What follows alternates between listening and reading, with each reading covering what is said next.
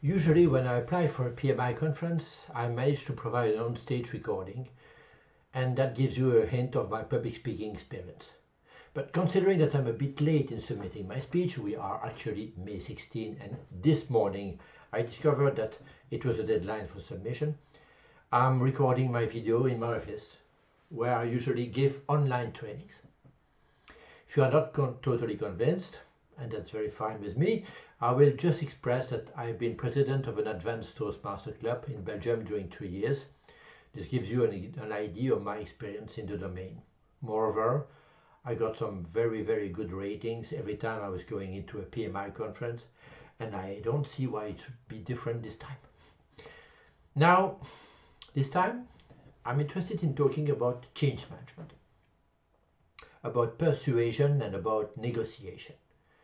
I think that's a domain where usually people like project managers do not have the right skills.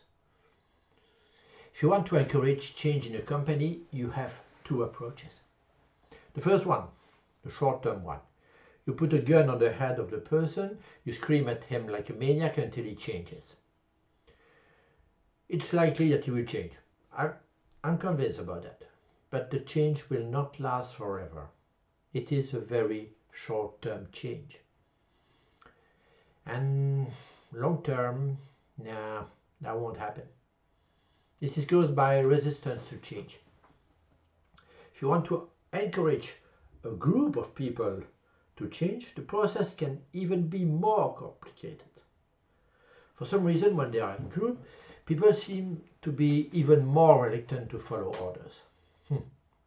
As a change manager, these are kind of issues that you are encountering every day. Now, the long-term situation.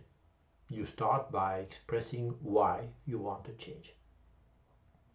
Nothing very new, that we all know that starting with why is the key to success.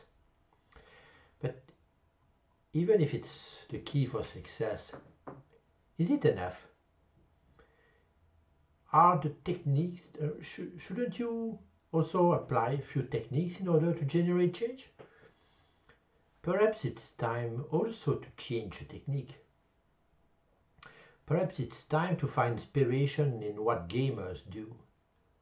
How can a development company convince a kid to stay hours in front of a video game when you as an adult are totally incapable of convincing them to do his homework? My challenge today,